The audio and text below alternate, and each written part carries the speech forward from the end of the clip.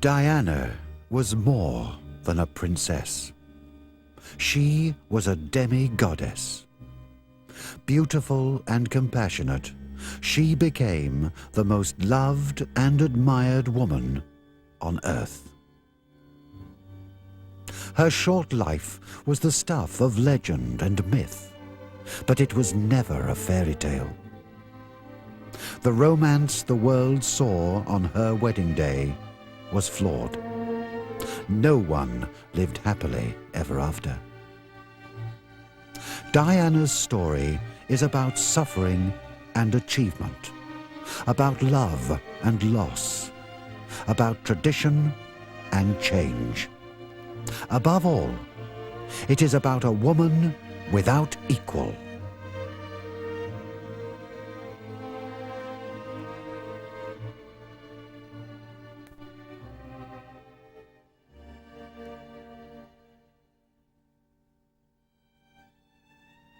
Whose death made the world grieve. Diana's marriage to Prince Charles changed her life forever. At 20, she became the most famous and photographed person of all time.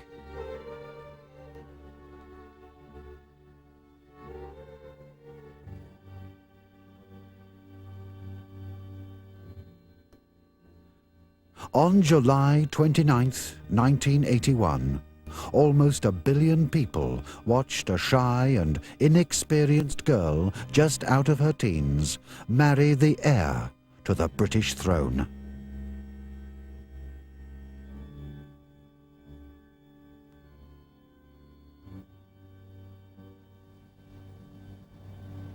I, Diana Frances, I, Diana Frances, take thee, Charles Philip Arthur George, take thee, Philip Charles Arthur George, to my wedded husband. to my wedded husband.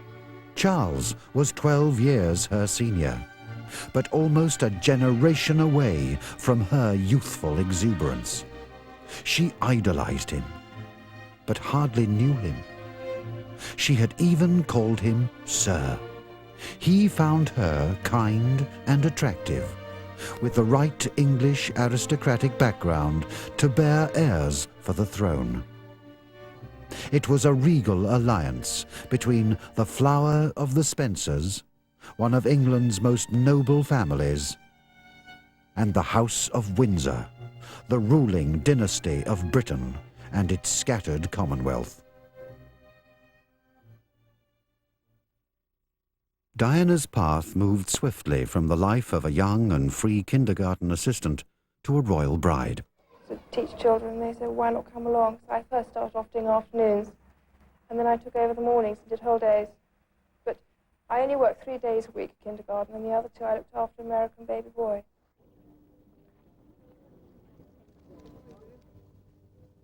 Cameras were her constant and often unwelcome companions.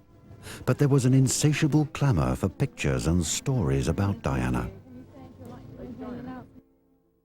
Charles hoped he would grow to love his gorgeous young bride-to-be, with her charm and delightful sense of humour. But the woman he really loved, Camilla Parker Bowles, would stand with the congregation at St. Paul's Cathedral, casting her dark shadow over the marriage. I asked Diana before she went to Australia, 2 or 3 days before, because I thought it'd be a good idea that, apart from anything else, if she went to Australia, she could then think about it, and if she didn't like the idea, she could say she didn't, or if she did, she could say that. But in fact, you actually said... Yes, quite promptly. Before you went to Australia, yes, that she's been brave enough to take me on. And I suppose in love. Of course. Whatever in love means. So. Here we see the royal couple on their honeymoon at Balmoral in Scotland.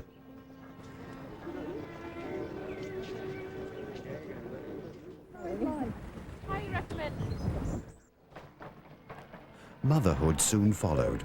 Prince William was born in June 1982, a few days before Diana's 21st birthday.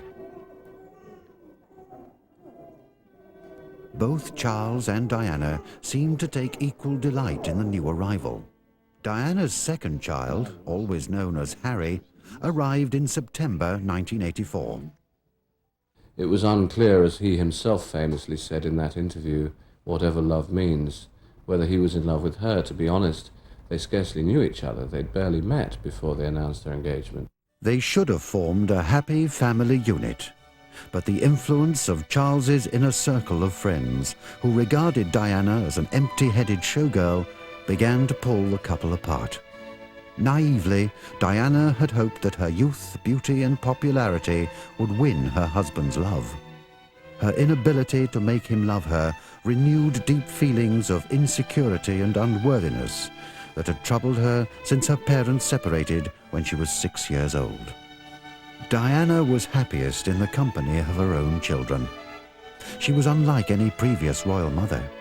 With her tactile approach, she turned her back on traditions of aristocratic childcare, which she found cold and distant. Diana's life on the surface may have appeared to have been a glitzy, glamorous one. The undercurrent of her life, ever since her childhood, was really one of sadness and tragedy.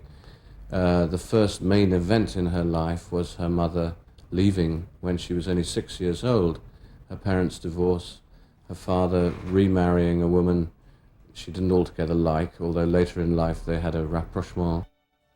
She was plagued by illnesses, the eating disorder bulimia, which had its roots in her unhappy childhood, and also by postnatal depression. Behind that public image of a glamorous, superbly groomed fashion plate princess was a deeply complex young woman trying to cope with impossible demands. And nagging away at her was the knowledge that her husband could not give her the love she wanted. The Prince and Princess of Wales took Harry with William on his first day at kindergarten. Diana was determined that the royal children would be brought up in a more relaxed and caring fashion.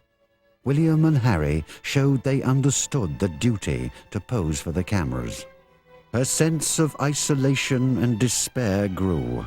Much later, in her famous Panorama interview, she said, "You have so much pain inside yourself that you cry out for help."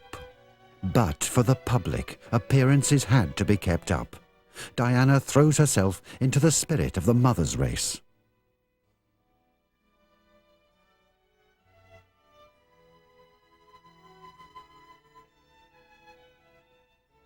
Her real joy is on seeing her darling son rushing towards her.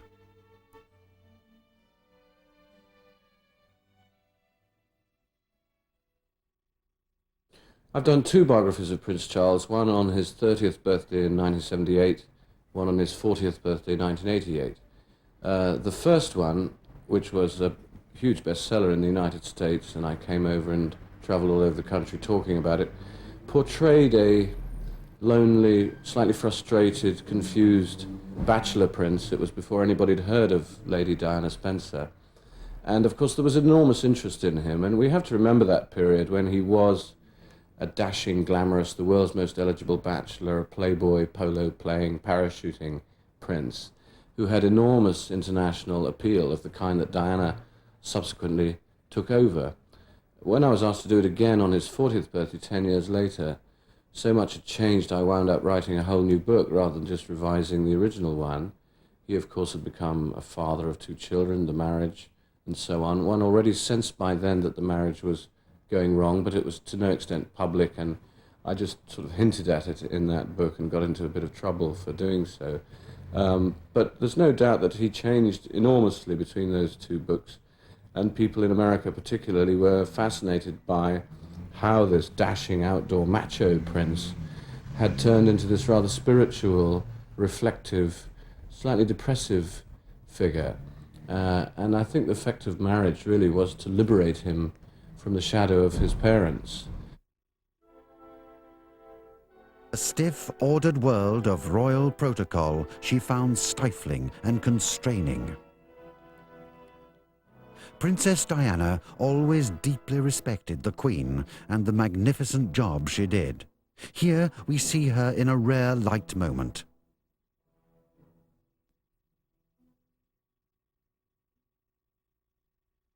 like a soap opera that needs new people brought into the cast from time to time, Diana and her friend Sarah, the Duchess of York, were the new female leads, and for them to have children rejuvenated the whole institution.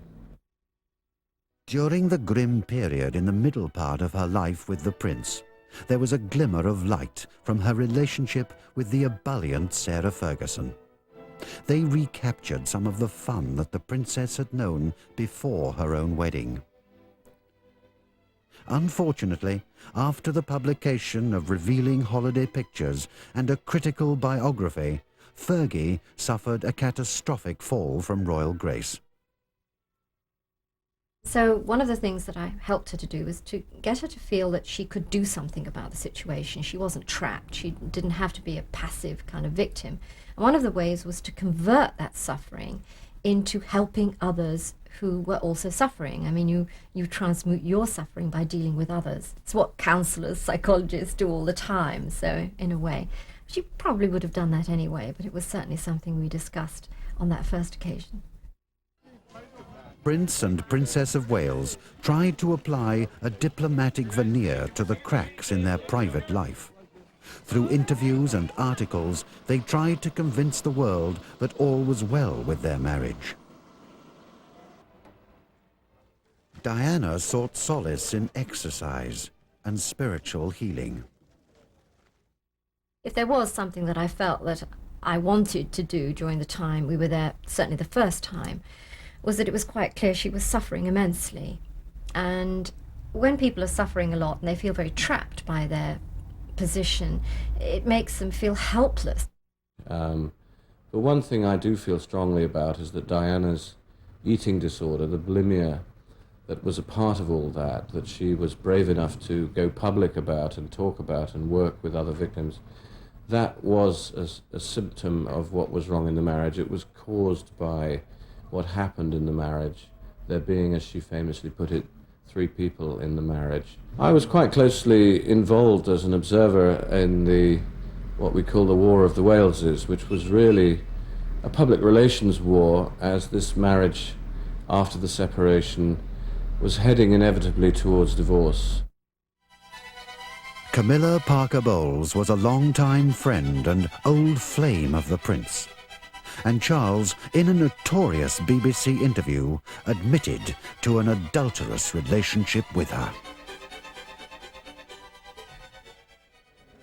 It is announced from Buckingham Palace that, with regret, the Prince and Princess of Wales have decided to separate. Their Royal Highnesses have no plans to divorce, and their constitutional positions are unaffected. After the Morton book came out, everyone knew the separation would have to be permanent. The divorce became fact on the 15th day of July, 1996. Diana started to forge a new life for herself, meeting some of the world's good and the great on an equal footing. On this occasion, the Emperor and Empress of Japan are delighted to meet the beautiful princess.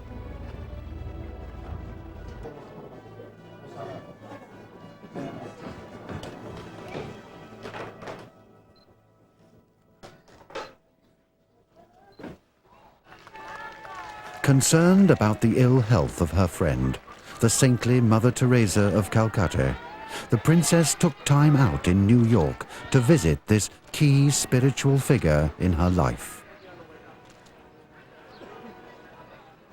How tragic it was that 2 such important women should die in the same week.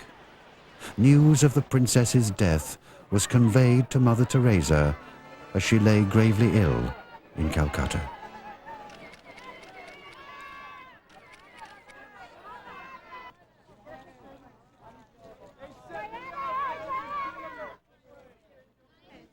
Hearts are tugged as Diana and General Colin Powell make this little girl's year.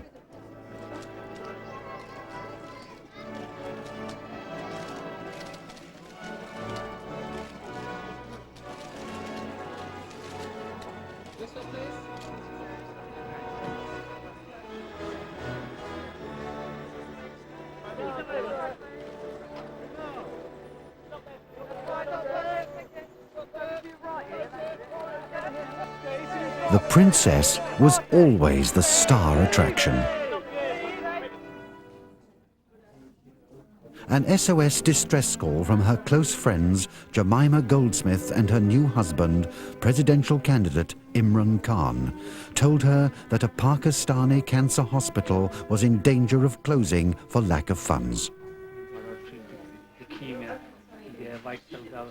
Ignoring warnings about her safety, Diana, staunch friend that she was, dropped everything to help the cause and successfully rescue the imperiled hospice. The divorce obviously was a watershed. Everybody knew it was coming. Everybody, in a way, had taken their view on whose side they were on, insofar as people felt they had to. But I think vast sympathy went to Diana because of the terms of the divorce settlement. That was famously in July of '96, when she was deprived of her rank of Royal Highness. She was struck out of the prayers that are said for the royal family in churches throughout Christendom every Sunday. She was officially declared not a member of the royal family anymore. Such was the immense popularity of the princess that nothing more disgusted the British people than stripping her of her royal title in what looked like an act of mean-mindedness. I think the reaction in Washington is very much like the reaction every time Diana comes to America. The Americans love Diana, and I think the reaction that I've been hearing certainly all day today is, if Britain doesn't want her, we'd love to have her. The greatest line I had today was from a lady who was waiting to see Diana, and she said HRH anyway. She said it stood for her rotten husband. She's better off without it. We love her anyway. The general sadness felt at the loss of her title became more painful following the tragic events in Paris a year later. In losing her HRH status, she also lost the services of the royal bodyguard who protect the lives of the royal family. Her first public engagement following the sad divorce, the princess met the First Lady, Hillary Clinton, at a breakfast fundraiser to raise money for breast cancer. I want to welcome all of you, and particularly our guest of honor, Diana, Princess of Wales. I was thinking as I met her in the Blue Room that this is one of the nicest British invasions that the White House has ever had. The other one, as some of you may remember from history, burned the place down, but now we have the metaphorical equivalent of that excitement here in the White House. The disastrous breakup of her marriage changed the direction of Diana's charity work. Instead of a huge range of organizations, she devoted herself to just a handful of issues and causes, those where she thought she could make a difference and change the face of world opinion. And she even challenged governments to change their minds. She became the champion of the voiceless, the powerless, and the sick. She catapulted issues into the headlines that no one except her could have forced onto the world stage. In a symbolic move to sever her links from her own dark ages, she gave away many of her old dresses from the world's greatest designers so that they could be sold for charity. As the princess was always in the public eye, the slightest change of appearance made newspaper and magazine headlines. And it was a new-look princess that faced the future. Such was her sense of style that every change was greeted with huge acclaim. I remember her first as being a very shy young girl who actually had not yet found her way in terms of fashion. But over the years, she learned to develop a taste in clothes that were absolutely right for the lifestyle she led. Right, well, what we have here is we have 10 years of Diana's fashions, right from the early days where she thought she had to be very staid and traditional, the heavy sequins, drop waists, right up to the independent Diana of the serpentine dress, cleavage, shoulders, which she loves. Like, this is what suits me and this is what I'm going to wear. Diana was far from being a slave to fashion. She was her own woman. What's the use of them hanging around in a wardrobe? I mean, if they can be out there earning money for charities, and after all, fashion changes so much, so they're really of no use to her, but, you know, if it brings in money for the charities, that'll be fantastic. And it'll be interesting to see the kind of people that will buy them and what they'll be using them for, whether it'll be museums or private collectors or people actually be wearing them and saying, you know, I'm wearing Di's dress. So that makes a grand total of just over $5,700,000, which I think is something of a record for a charity event.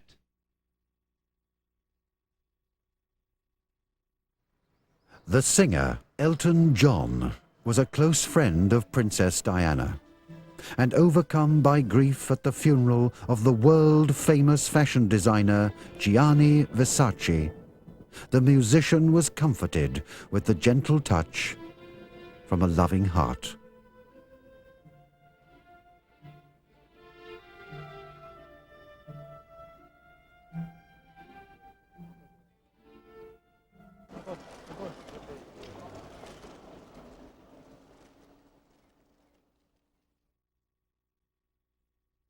Those of us who had long-term plans with the Red Cross in which she was so deeply involved will not have her by our side.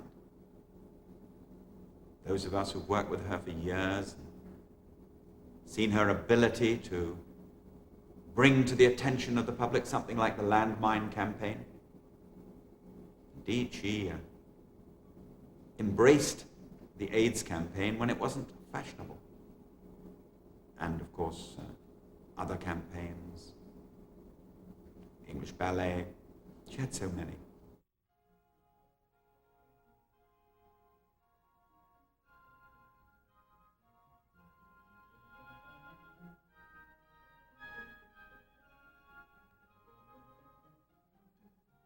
She worked unceasingly for lepers, AIDS victims, sick children, and cancer sufferers. This work raised staggering amounts for the good causes close to the princess's heart.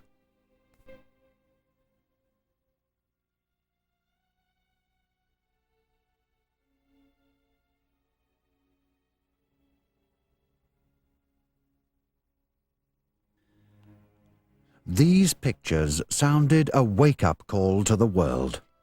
Her Royal Highness dared to touch a leper, dared to feel deeply for an outcast. She challenged ignorance at any level.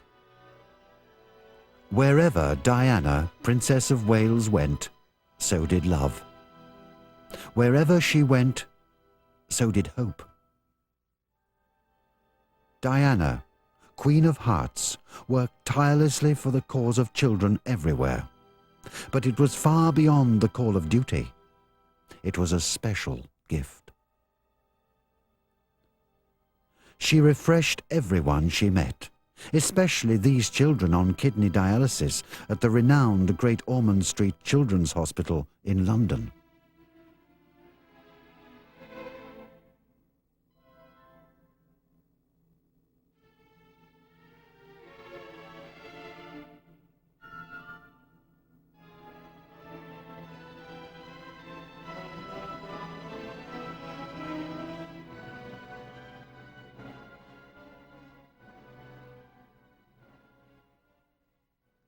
The plight of the homeless deeply distressed the princess, and she made it her business to help.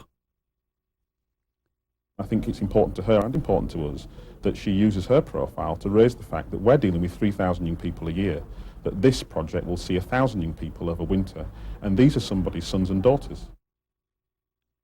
The princess was the champion of AIDS charities.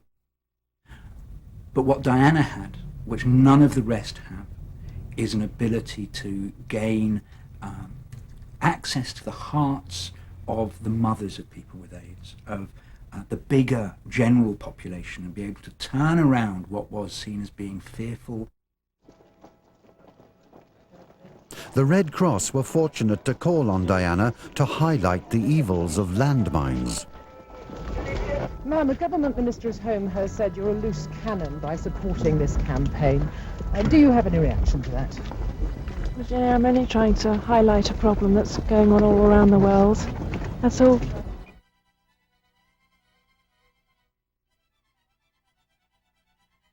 Were you surprised at the political furore that developed as a result of your visit to Angola? I saw it merely as a distraction because I'm not a political figure. I am a humanitarian figure, and always have been and always will be. We will concentrate, of course, on dissemination.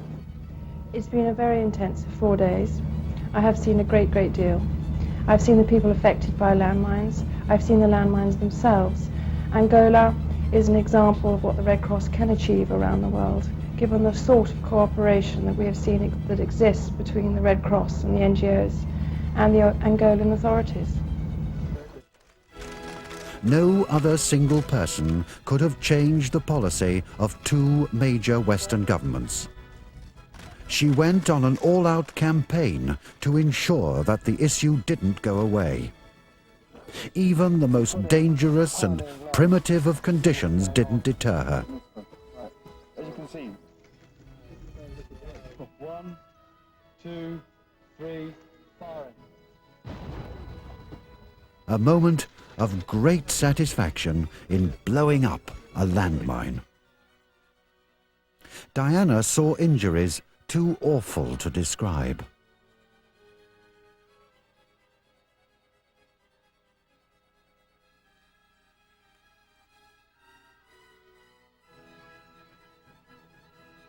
The princess interrupted her holiday to travel to Bosnia to raise the profile of the Red Cross campaign against mines.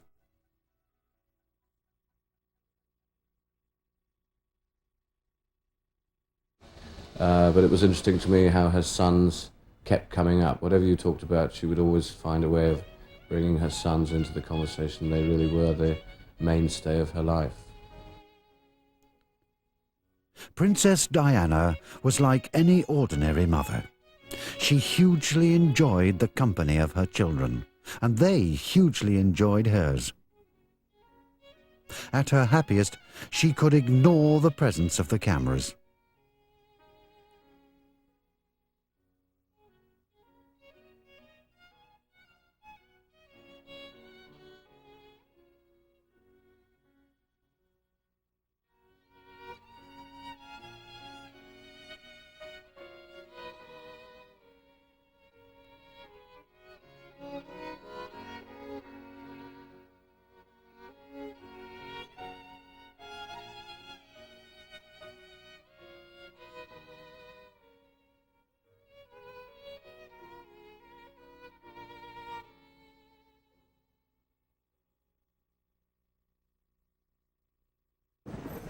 Prince William, in many ways so like his mother, has never been comfortable in front of the press.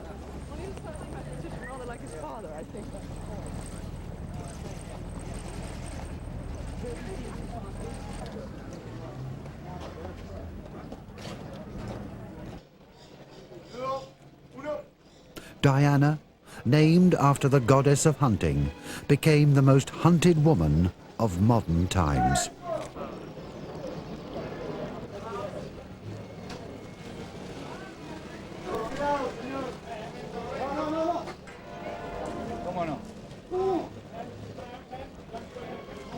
This was the scene moments earlier.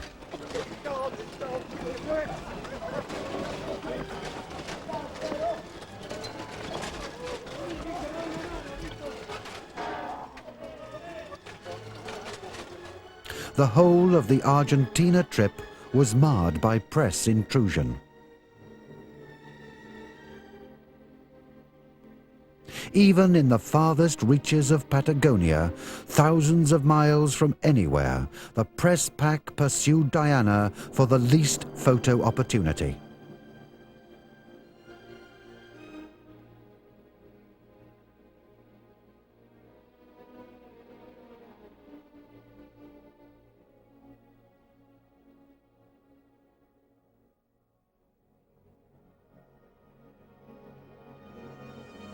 Even on holiday as a private individual on the tiny tropical paradise of Barbuda in Antigua, Diana was forced to have heavily armed troops to ensure her safety and privacy.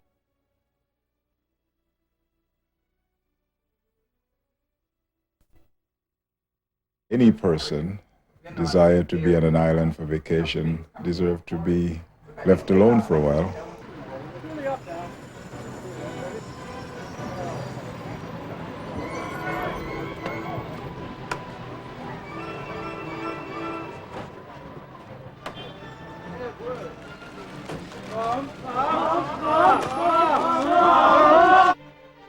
The tempo of the pursuit by the press, the paparazzi and the news media gathered pace with every year that passed.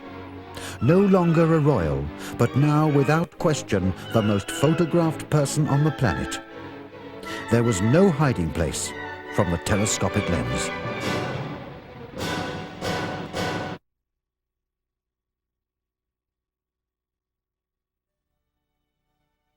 The news that the people's princess might have found a man worthy of her affection only served to whip up a storm of press attention.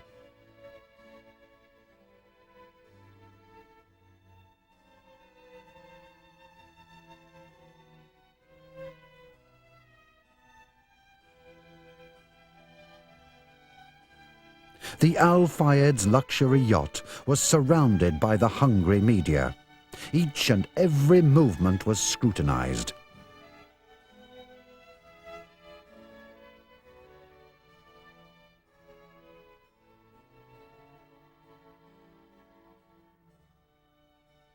Dodi Al Fayed was the son of billionaire Mohammed Al Fayed, the owner of the Harrods Empire.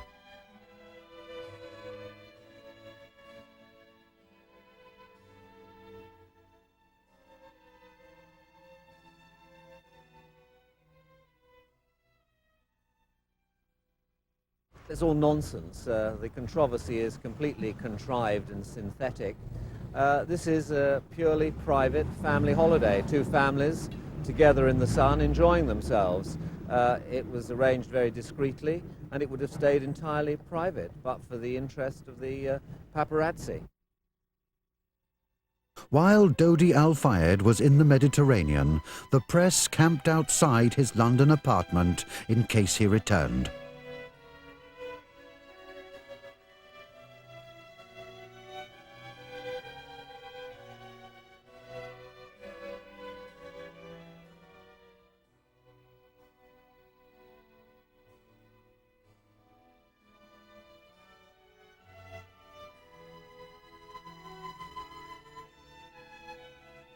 Tony Blair, the new British Prime Minister, was obviously distressed by the dreadful news of the princess's accident as he spoke to the press shortly after the news arrived.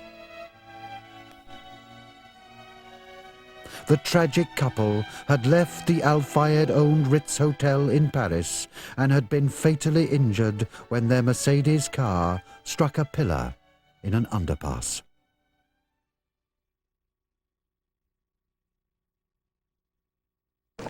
Prime Minister, can we please have your reaction to the news? I feel like everyone else in this country today, utterly devastated. Our thoughts and prayers are with Princess Diana's family, in particular her two sons, the two boys. Our hearts go out to them. We are today a nation in Britain in a state of shock, in mourning, in grief that is so deeply painful for us. She was a wonderful and a warm human being. Though her own life was often sadly touched by tragedy, she touched the lives of so many others in Britain throughout the world with joy and with comfort. The people everywhere, not just here in Britain, everywhere, they kept faith with Princess Diana. They liked her, they loved her, they regarded her as one of the people. She was the people's princess.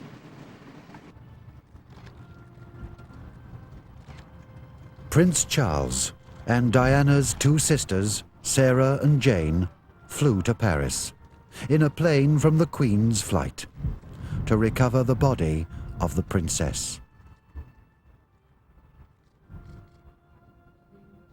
This was the first time a disbelieving nation had images that truly confirmed the dreadful news of the accident.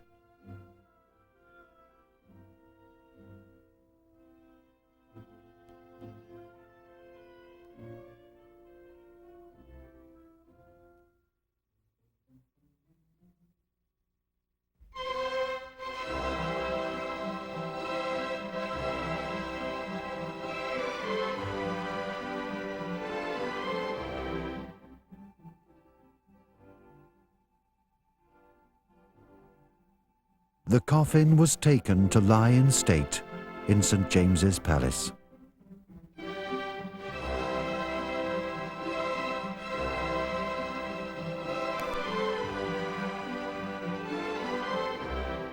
A nation grieved.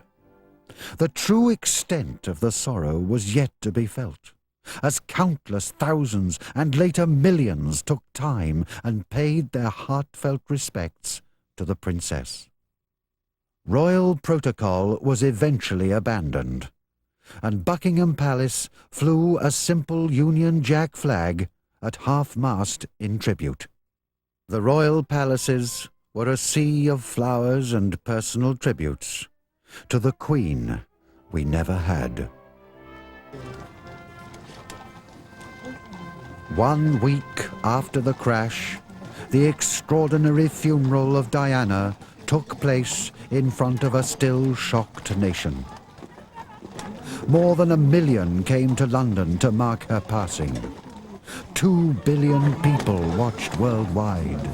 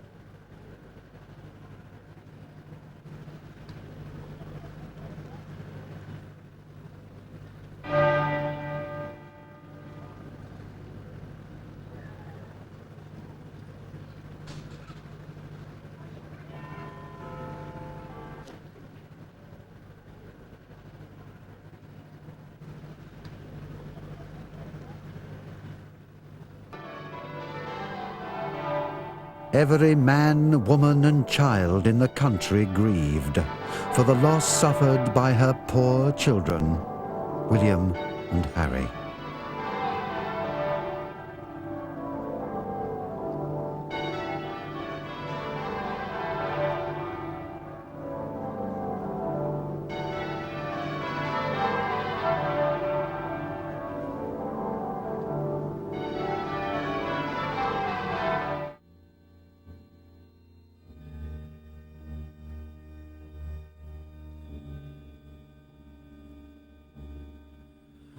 Thousand upon thousands lined the streets and motorways taken by the cortege.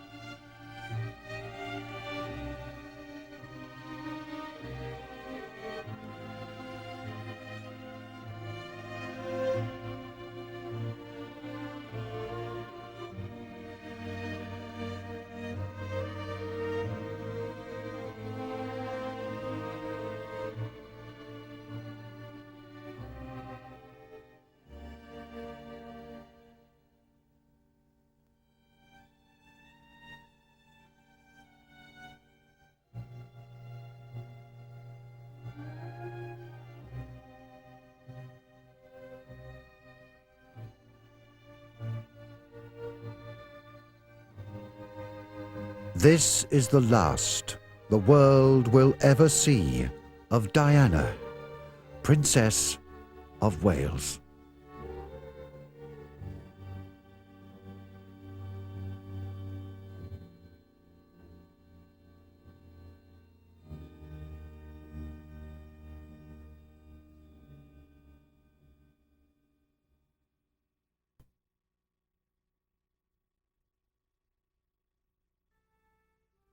Diana has left many legacies for those less fortunate than herself, many gifts for those less able to find their voice.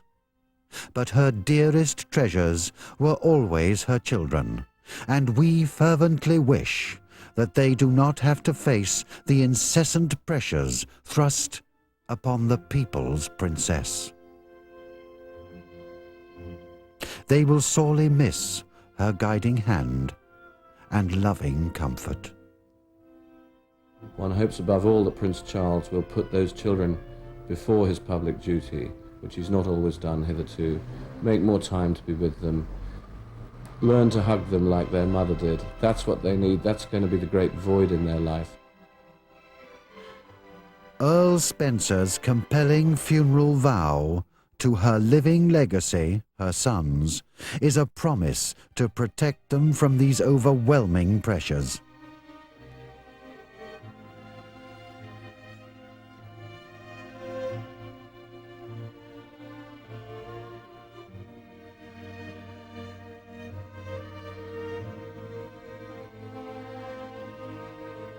Diana's body now lies on a serene island set in a lake much loved by her father, and bedecked with flowers given with love. In life, she wanted to be the Queen of Hearts.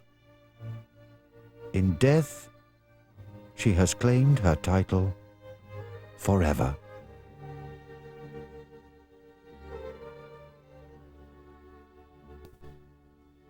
These words were spoken at the funeral of Diana, Princess of Wales.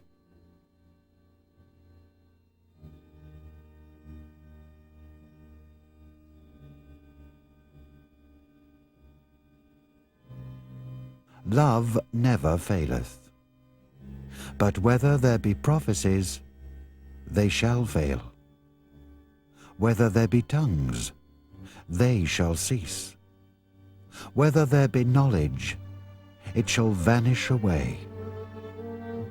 For we know in part, and we prophesy in part. But when that which is perfect is come, then that which is in part shall be done away. When I was a child, I spake as a child. I understood as a child. I thought as a child. But when I became a man, I put away childish things. For now we see through a glass, darkly, but then face to face. Now I know in part, but then shall I know even as also I am known. And now abideth faith, hope, and love, these three, but the greatest of these is love.